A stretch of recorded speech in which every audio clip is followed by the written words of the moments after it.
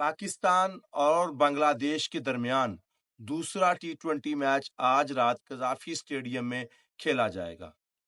Pakistan most probably playing 11 پچھلے match والی ہی کھلائے گا، مگر میرے خیال میں ایک تبدیلی ہونی چاہیے۔ سائم کو باہر کیا جانا چاہیے اور صاحبزادہ فرحان کو پلینگ 11 میں ان کرنا چاہیے۔ ہی از موسٹ ڈیزرونگ پلیئر دین سائم ایوب۔ آپ پی ایس ایل کی پرفارمنس اگر اٹھا کر دیکھیں تو پہلے میچ میں ہی موقع جو ہے وہ صاحبزادہ فرحان کا بنتا تھا، مگر مائک حسن نے ڈیسائیڈ کیا کہ نہیں یار، ہمیں سائم ایوب کے ساتھ جانا چاہیے۔ سائم ایوب کا بھی کم بیک تھا، فخر زمان کا بھی کم بیک تھا، سو دونوں ارلی آن آؤٹ ہو گئے۔ وہ ایک علیحدہ بات ہے، کرکٹ میں یہ چیزیں ہوتی رہتی ہیں، مگر اگر آپ نے صاحبزادہ فرحان کو موقع دیا ہوتا تو ڈیفینیٹلی ریزلٹ کچھ اور ہو سکتا تھا۔ آج کے میچ میں جو سب سے امپورٹنٹ چیز ہوگی نا، میرے خیال سے وہ چیز ہوگی ٹاس، کیونکہ جو بھی ٹاس جیتے گا اس سے پہلے بیٹنگ کرنے کی کوشش کرنی ہے، کیونکہ کل پچھلے میچ میں جب پاکستان نے ٹاس جیتا تھا تو بیٹنگ کرنے کا کہا تھا، بنگلہ دیش نے کہا تھا وکٹ کو دیکھ کے، کیونکہ اس کے اوپر گرین پیچز تھے، تو انہوں نے کہا تھا کہ ہم بالنگ ہی کرتے اگر ٹاس جیتتے، تو پھر انہیں اس کا نتیجہ بھی ملا کہ بھائی بالنگ کرنے کا نقصان یہ ہوتا ہے کہ ڈری سیمی ٹیم نے 201 بورڈ پہ لگا دیے، کیونکہ جو وہ گرین پیچز تھے نا وہ بالر کی ہیلپ کے لیے نہیں تھے، آپ گرین پیچز سے فائدہ اٹھانا چاہتے تھے اور پہلا اوور سپنر کو دے رہے تھے۔ داد دینی چاہیے ویسے بنگلہ دیش کی مینجمنٹ کو، کیپٹن کو، کہ آپ ایڈوانٹیج لینا چاہتے تھے ان گرین پیچز کا اور فاسٹ بالر کی بجائے آپ سپنر سے افتتاح کروا رہے ہیں۔ تو بہرحال یہ مرضی ہے آپ کی، کیا کہہ سکتے ہیں۔ آج کے میچ میں کچھ بھی زیادہ نہیں کرنا پاکستان، اگر بیٹنگ ملتی ہے یعنی ٹاس جیتتے ہیں بیٹنگ کرتے ہیں تو ایک بڑا ٹوٹل بورڈ پہ لگانا ہے، کیونکہ اس وکٹ پہ چیز کرتے ہوئے تھوڑا مشکل ہوتا ہے۔ قذافی کی سیدھی وکٹیں ہیں، یہ وکٹوں پہ ہم دیکھ چکے ہیں کہ لیمینیٹر میں، سیمی فائنل میں، فائنل میں جو ہے وہ اچھی خاصی مشکلات پیش آئی ہیں۔ اگر فائنل میں عامر اچھا اوور کر جاتے 19واں تو ڈیفینیٹلی لاہور قلندر کے لیے مسائل ہو سکتے تھے، لیکن لاہور قلندر نے چونکہ بڑی نپی تلی بیٹنگ کی تھی، کیلکولیٹڈ ہو کے وہ کھیلے تھے، تو انہوں نے ایج لیا اس چیز کا۔ 2 میچ لگاتار اس وکٹ پہ وہ کھیل چکے تھے، انہیں گراؤنڈ کا زیادہ اندازہ تھا، اس وجہ سے وہاں پہ آسانی سے وہ چیز کر گئے۔ اگر وہاں سے تھوڑی سی بہتر پلاننگ کی ہوتی تو کوئٹہ جیت سکتا تھا۔ ویسے ہی اس وکٹ پہ اگر بنگلہ دیش پہلے بیٹنگ کرتا ہے تو پھر اندازہ لگانا تھوڑا مشکل ہے کہ آج کا میچ کون جیتے گا، کیونکہ اگر اس وکٹ پہ 200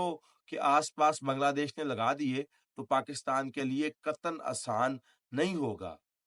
بڑی بیٹنگ ہے پاکستان کے پاس، لیکن بورڈ پہ جب بڑا سکور لگ جاتا ہے تو اس کا پریشر ایٹومیٹکلی فیل ہوتا ہے، اور وہ فیل آپ کو ہرا بھی سکتی ہے۔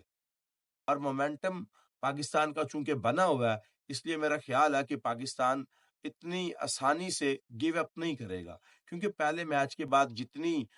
سلمان علی آغا کی تعریف ہوئی ہے، جتنی حسن نواز کی تعریف ہوئی ہے، جتنی حارث کی تعریف ہوئی ہے، ایون کہ شاداب کی تعریف ہوئی ہے، اب انہیں حوصلہ ہے کہ یار اگر ہم 2 وکٹیں گرنے کے بعد 201 بنا سکتے ہیں تو ہم 201 چیز بھی کر سکتے ہیں۔ ہوم گراؤنڈ کا ایڈوانٹیج یہی ہوتا ہے کہ اسکواڈ جو آپ کو کیا کہتے ہیں، کراؤڈ جو ہے وہ آپ کو سپورٹ کر رہا ہوتا ہے، اور ہوم گراؤنڈ میں آپ کو بہتر اندازہ ہوتا ہے دوسری ٹیم کی نسبت کہ یہ وکٹ کس طرح کا بیہیو کرے گی۔ اور پھر جب حسن علی جیسا بالر آپ کے پاس ہو جو پنجہ لگا رہا ہو، لائن لینتھ پہ پورا کنٹرول رکھ رہا ہو، فیلڈنگ بھی آپ کی کچھ بہتر ہو، تو آپ کے بیٹر بھی رن بنا رہے ہو، تو پھر آپ کو حوصلہ مل جاتا ہے۔ بس ابرار کا یوٹیلائز آپ نے تھوڑا بہتر کرنا ہے، اس کو تھوڑا کانفیڈنس دلانا ہے، کیونکہ پچھلے میچ میں 4 اوور میں آلموسٹ اس نے 9 کی اکانومی سے رن دیے تھے، وکٹ کوئی نہیں ملا تھا۔ اور یہ جو نا سمسیا ہے ہمارے لیے کہ ہمارا سپنر موسٹ پرائم سپنر وہ وکٹ نہیں لے رہا۔